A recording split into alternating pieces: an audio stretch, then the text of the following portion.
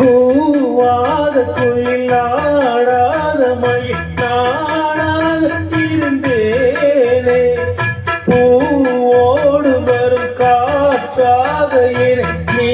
சேர தெரிந்தேனே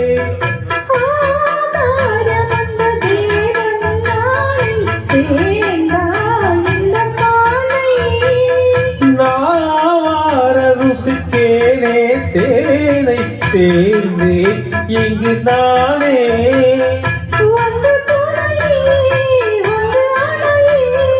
அண்டமுள்ள சந்திரனை சொந்தம் கொண்ட சுந்தரியை